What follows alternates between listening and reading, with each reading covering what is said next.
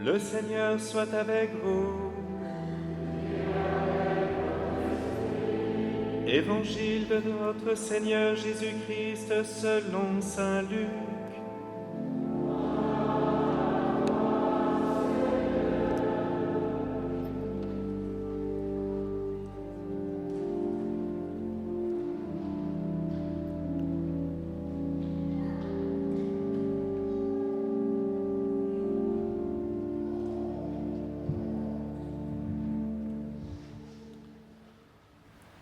En ce temps-là, Jésus disait à ses disciples une parabole sur la nécessité pour eux de toujours prier sans se décourager. Il y avait dans une ville un juge qui ne craignait pas Dieu et ne respectait pas les hommes. Dans cette même ville, il y avait une veuve qui venait lui demander « Rends-moi justice contre mon adversaire ». Longtemps il refusa, puis il se dit « Même si je ne crains pas Dieu et ne respecte personne, comme cette veuve commence à m'ennuyer, je vais lui rendre justice pour qu'elle ne vienne plus sans cesse m'assommer. » Le Seigneur ajouta « Écoutez bien ce que dit ce juge dépourvu de justice. Et Dieu ne ferait pas justice à ses élus qui crient vers lui jour et nuit? Les fait-il attendre? Je vous le déclare. Bien vite, il leur fera justice. Cependant, le Fils de l'homme, quand il viendra, trouvera-t-il la foi sur la terre? Acclamons la parole de Dieu.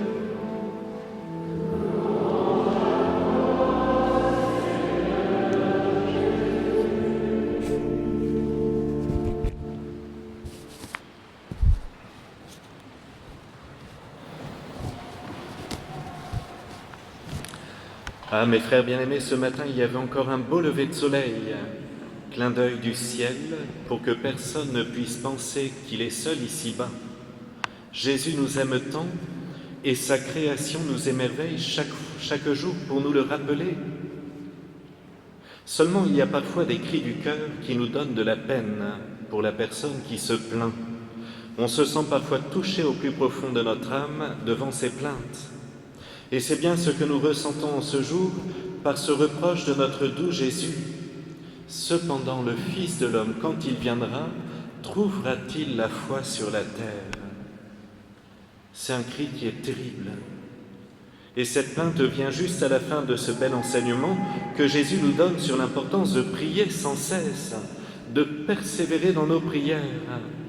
Il va même jusqu'à utiliser une parabole si facile à comprendre et qui est parfaitement applicable à une multitude de situations dans nos propres vies et jusque dans notre entourage, celle de cette veuve qui n'en peut plus d'une injustice et qui va jusqu'à harceler, si je puis dire, un juge inique, un athée, qui ne craint ni Dieu ni les hommes, afin qu'il lui rende justice. Malheureusement, il faut reconnaître, mes frères, qu'il nous arrive peut-être parfois de reprocher, peut-être à voix basse dans notre cœur, pas à voix haute, le silence du Seigneur face à nos demandes dans la prière.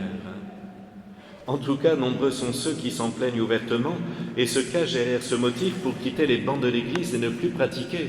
J'en connais beaucoup. Combien de fois je croise des personnes dans la rue qui me disent « Vous savez, mon père, moi je ne suis pas pratiquant ». Tout de suite, on a l'impression qu'il faut tout de suite se justifier devant le prêtre. Et puis, vous savez, j'ai tellement prié pour telle affaire, le bon Dieu ne m'a jamais exaucé, donc je ne vais plus à la messe. On en entend beaucoup, mes frères, et je préfère que nous en parlions aujourd'hui parce que peut-être qu'un jour nous serons tentés, vous et moi, de dire « je ne mets plus les pieds à l'église, le Seigneur ne m'écoute pas. Je l'ai prié 2 minutes sur tel truc qu'il ne m'a pas exaucé. » Alors c'est l'occasion, mes frères, d'essayer d'analyser notre vie à la lumière de ce bel évangile, d'analyser notre prière. Remarquons déjà un premier aspect qui est bien dommage, c'est que bien souvent nous prions ardemment quand les choses vont mal dans notre vie. On ne prie pas assez lorsque tout va bien, pour remercier le bon Dieu, pour l'adorer, pour nous sanctifier. Alors allons-y, mes frères, analysons notre prière et notre vie à la lumière de cet évangile, dans notre façon d'accueillir les contrariétés de la vie, y compris les souffrances et les douleurs les plus amères. Alors comme une fois encore je n'ai pas grande expérience en ce domaine, permettez-moi de m'appuyer sur les saints et les grands théologiens pour essayer d'y voir clair. Mais comprenez, mes frères, que ce n'est pas un sujet facile. Il faut reconnaître qu'il y a des contrariétés parfois très difficiles et des douleurs qui sont à la limite de l'humain. Il y a des personnes autour de nous qui portent des croix terribles. Donc ce n'est pas simple d'aborder ce sujet. Mais allons-y, il faut le faire et on va nous aider des saints. Souvenons-nous déjà, mes frères, que le thème de la prière qui est lié à nos souffrances n'a rien de triste, n'a rien de sombre. Au contraire, on devrait être dans la joie. Tout d'abord, nous savons que la souffrance qui fait le plus mal, c'est celle que l'on refuse. Souffrance physique, souffrance morale, difficulté en tout genre. Au contraire, comme le disait le saint curé d'Ars, une souffrance paisible n'est plus une souffrance. Et lui, il sait de quoi il parlait. Souvenons-nous qu'il a fui à 3 reprises son presbytère, il n'en pouvait plus. Levé à 1h du matin pour confesser les femmes jusqu'à 7h, il disait sa messe, ensuite il confessait les hommes jusqu'à midi. C'était toujours un peu plus long avec les femmes, déjà au temps du curé d'Ars. Pardon, je retire la blague. Et donc, vous voyez, il n'en pouvait plus de cette vie, il était épuisé en réalité. Et puis surtout, il se sentait indigne. Il se disait, mais les gens viennent de toute la France pour se confesser. Moi qui suis un pauvre prêtre, je ne suis pas digne de ça. Et il s'enfuyait de nuit. Mais les villageois le savaient, ils le bloquaient dans les rues. C'est extraordinaire. Donc il nous le dit clairement, mes frères, retenons cette belle citation, une souffrance paisible n'est plus une souffrance. Alors bien sûr, mes frères, quand on a une douleur qui nous atteint, il est normal d'y remédier autant que possible. Souvenons-nous que les souffrances ne viennent pas de Jésus. C'est lié au péché originel qui est entré dans le monde par Adam et Ève. Il faut souvent relire ce livre de la Genèse. C'est à cause du péché originel que le mal et la souffrance entrent dans le monde, et la mort avec. Mais il y aura toujours des souffrances sans remède, et c'est là qu'il va falloir apprendre à les accepter. Et j'en demande la grâce avec vous, parce que peut-être que dans 10 ans, vous direz « Ah, Père Damien, vous nous aviez prêché ça, et maintenant que vous avez telle souffrance », et oui, je demande cette grâce, c'est une grâce d'affronter les combats de la vie. Pire encore, c'est lorsque nous refusons à tout prix de souffrir, celui qui veut sauver sa vie la perdra, nous dit Jésus. Et celui qui accepte de la perdre la sauvera. On comprend que celui qui veut absolument fuir la douleur à tout prix se rendra malheureux. Le refus de certaines souffrances peut infliger des années de tourments. On en fait tous expérience, mes frères. Regardez par exemple, lorsque nous n'acceptons pas de pardonner des offenses, eh bien notre vie devient un enfer parce qu'on souffre intérieurement, on est furieux vis-à-vis de cette personne qui nous a offensés, et parce qu'on ne veut pas simplement pardonner, au moins déjà dans notre cœur, eh bien nous souffrons des années, et parfois des décennies. Et il y a des familles qui se détruisent parce qu'on est incapable de donner un pardon. On voit bien que c'est une question d'attitude intérieure face à la souffrance. Il nous faut comprendre que certaines souffrances qui nous sont données par la vie, et donc permises par Dieu, peuvent nous permettre de progresser, de nous purifier et d'en épargner de plus lourdes. Là, ici, mes frères, vous le savez comme moi, parfois on faisait des erreurs, qu'elles soient petites ou grandes, et qui, par la suite, eh bien, parce qu'on ne les accepte pas, finissent par nous faire souffrir terriblement. Je pense par exemple dans le mariage, vous êtes si nombreux à en souffrir, peut-être de vous dire, à l'époque, je suis tombé amoureux de cette fille ou de ce garçon, je savais qu'il y avait des choses qui n'allaient pas, mais je l'aimais tellement, je me suis marié avec lui. Et 30 ans après, patatrac, je n'en peux plus de cet homme ou de cette femme. Je m'inflige moi-même des douleurs parce que je n'ai pas eu le courage et la force à 18 ans de dire non. Ce n'est pas l'homme de ma vie, ce n'est pas la femme de ma vie. Je m'inflige des souffrances. Et si je suis marié à l'église, eh bien je porte ma croix. Ah, il est gentil, le Père, s'il savait ce que je vis. Mais oui, mais c'est là, mes frères, voyez, les véritables croix, que nous sommes affligés. De même, par exemple, avec la vie, ou avec le divorce. On divorce en se disant, je n'en peux plus de cette personne, tout ira bien dans ma vie. Et puis alors là, la croix devient plus lourde. Ou les études, prenez les études, mes frères.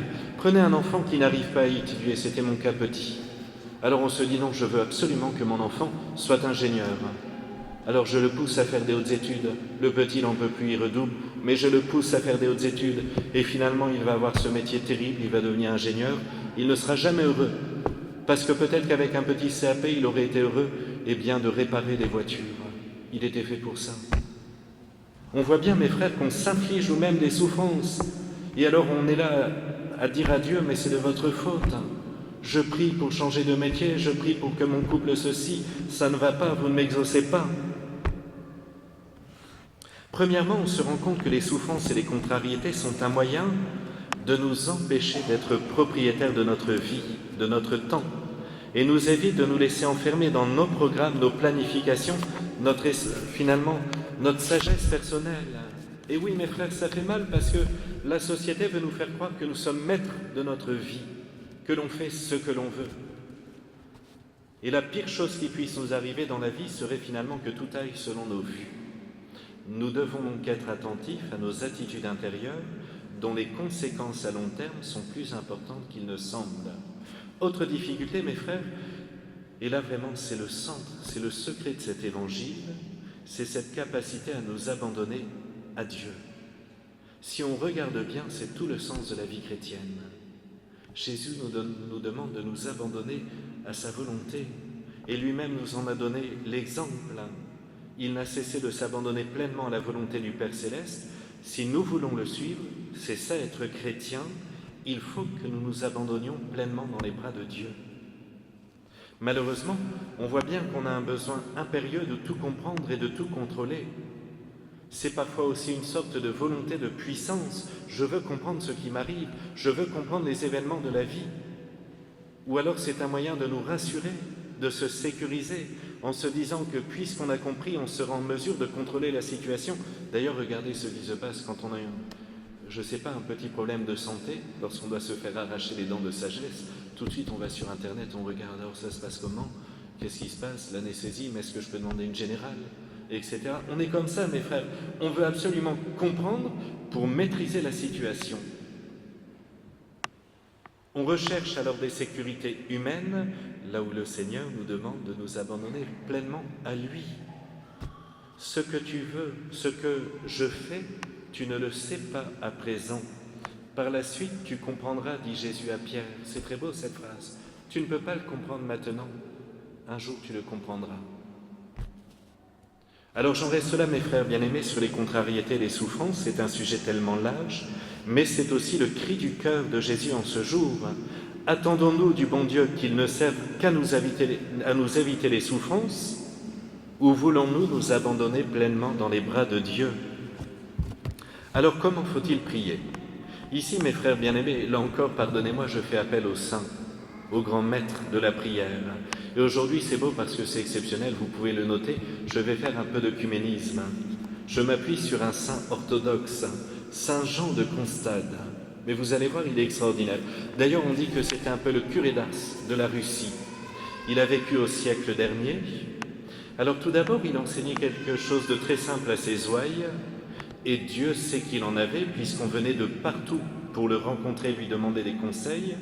On écrivait de toute la Russie au point qu'il a fallu, dans ce petit village où il habitait, ouvrir un nouveau bureau de poste, tellement il avait des dizaines de milliers de lettres qui arrivaient toutes les semaines.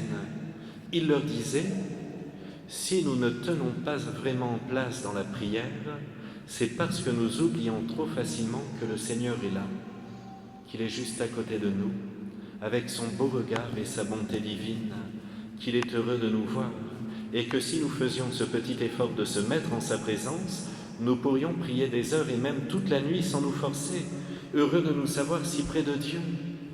Mais c'est magnifique, mes frères. C'est vrai que si Jésus nous apparaissait pendant notre prière, on serait tellement subjugués qu'on resterait des heures. Mais parfois, nous manquons de foi. Nous oublions qu'il est là. Et donc, notre prière, elle est rapide, un peu comme celle des joueurs de foot.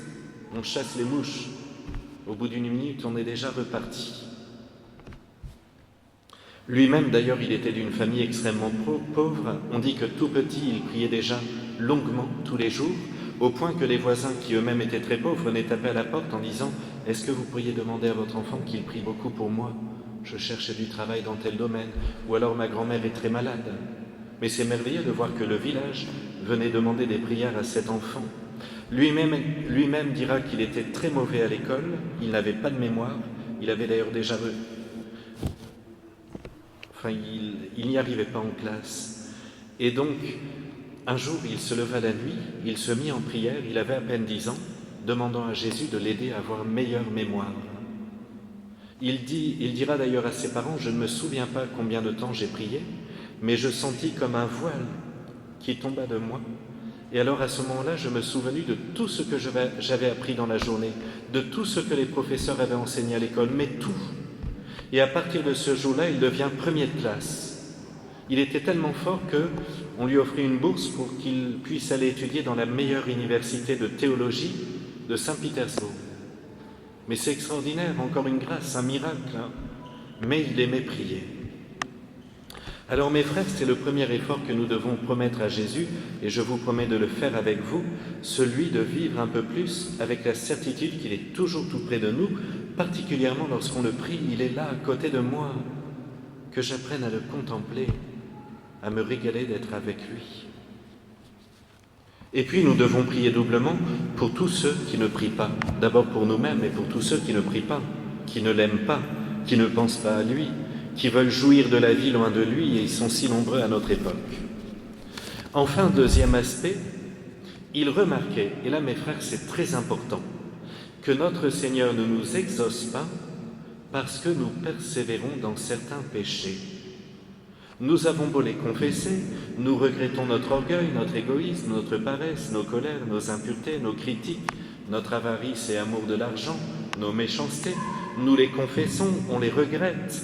Mais tout ça reste au niveau intellectuel.